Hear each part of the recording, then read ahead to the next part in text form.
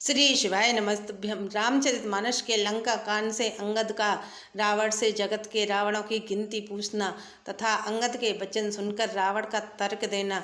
पिछले वीडियो में हमने आपको रावण का अंगद से परिचय पूछने की कथा, वह रावण का अंगद से यह कहना कि तुम्हारी सेना में ऐसा कौन है जो मुझसे लड़ सकता है, यह कथा सुनाई। आज हम आपको आगे की कथा सुनाएंगे। शंकर जी कहते हैं, पार्वती, जब रावण अंगद से बाप को खा जाने की बात कहता है तब अंगद रावण से कहता है, हे नीच अभिमानी रावण, बाली के निर्मल यश का कारण जानकर ही मैं तुम्हें नहीं मारता। अरे रावण, यह तो बता, जगत में ऐसे कितने रावण हैं? मैंने जितने रावण कानों से सुन रखे हैं, पहले उनको सुन। एक रावण तो बलि को जीतने पाताल गया था, तब बच्चों ने उसे घुड़साल में बांध रखा। बालक खेलते थे और जा जाकर उसे मारते थे। बलि को दया आई तब उन्होंने उसे छुड़ा दिया। फिर एक रावण को सहस्त्रबाहु ने देखा और उसने दौड़कर उसे एक विशेष प्रकार के विचित्र जंतु की तरह पकड़ लिया और तमाशे के लिए उसे घर ले आया। तब पुलस्त मुनि ने जाकर उसको छुड़ाया।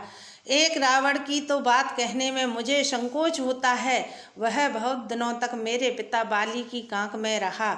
इनमें से तुम कौन से रावण हो? खींचना छोड़कर सच सच बताओ। तब रावण ने कहा, अरे मूर्ख, सुन, मैं वही बलवान रावण हूँ जिसकी भुजाओं की करामात कैलाश पर्वत जानता है, जिसकी सूरता उमापति महादेव जानते हैं, जिन्हें अपने सिर रूपी पुष्प चढ़ा चढ़ाकर मैंने पूजा, जिसने चलते समय पृथ्वी इस प्रकार हिलती है जैसे मतवाले हाथी के चलने पर छोटी नाव। मैं वही जगत प्रसिद्ध प्रतापी रावण हूँ। अरे झूठी बकवास करने वाले, क्या तूने मुझे कानों से कभी नहीं सुना? उस महाप्रतापी और जगत प्रसिद्ध रावण को तू छोटा कहता है और मनुष्य की बढ़ाई करता है। अरे दुष्ट, असभ्य, तुक्ष बानर, अब मैंने तेरा ज्ञान जान लिया। तब रावण के वचन सुनकर अंगद क्रोध सहित वचन बोले, अरे नीच अभिमानी, सोच समझकर बोल। जिनका फरसा सहस्त्रबाहु की भुजाओं रूपी अपार वन को जलाने के लिए अग्नि के समान था, उन परशुराम जी का गर्व उन्हें देखते ही भाग गया। अरे रावण, कपट छोड़कर सुन, यदि तू उन राम का बैरी हुआ तो ब्रह्मा रुद्र भी तुझको न बचा सकेंगे। श्री राम जी का बाण लगते ही तेरा ऐसा हाल होगा कि तेरे सिर समूह श्री राम जी का बाण लगते ही बानरों के आगे पृथ्वी पर गिर पड़ेंगे।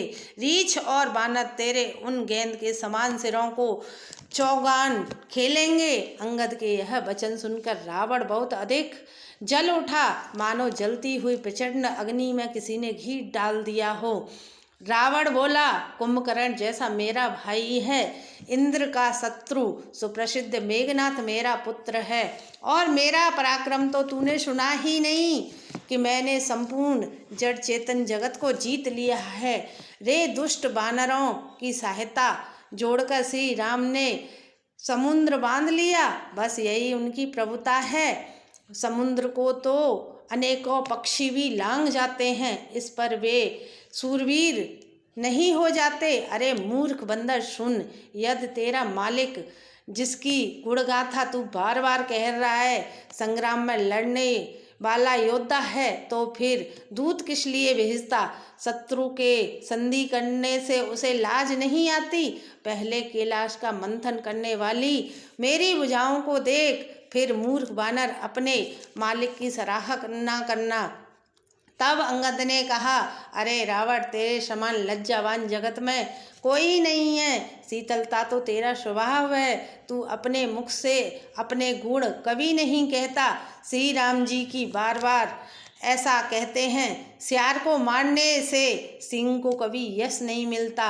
अरे मूर्ख, श्री राम जी के वचनों को मन में याद करके ही तेरे कठोर वचन मैंने सहे हैं, नहीं तो तेरा मुंह तोड़कर सीता जी को जबरदस्ती ले जाता। ए अधम, देवताओं के शत्रु, तेरा बल तो मैंने जान लिया। जब तू सूने में पराई स्त्री को चुरा लाया, तू राक्षसों का राजा और बड़ा अभिमानी है। यदि मैं श्री राम जी के अपमान से न डरूं तो तेरे देखते ही देखते ऐसा तमाशा करूं कि तुझे जमीन पर पटक पटक कर तेरी सेना सहित तेरा संहार करूं और नगर को नष्ट भ्रष्ट करके, अरे मूर्ख, तेरी स्त्रियों सहित सीता जी को ले जाऊं। यदि ऐसा करूं तो भी इसमें कोई बड़ाई नहीं है। अरे दुष्ट, ऐसा विचार कर मैं तुझे नहीं मारता। अब तू मुझे गुस्सा न दिला। अंगद के वचन सुनकर रावण दांतों से होंठ काटकर क्रोधित होकर हाथ मलता हुआ बोला। इससे आगे की कथा हम आपको अगले वीडियो में सुनाएंगे। कृपया आपको मेरी यह कथा अच्छी लगे तो लाइक और कमेंट करना। जय श्री राम, जय हनुमान।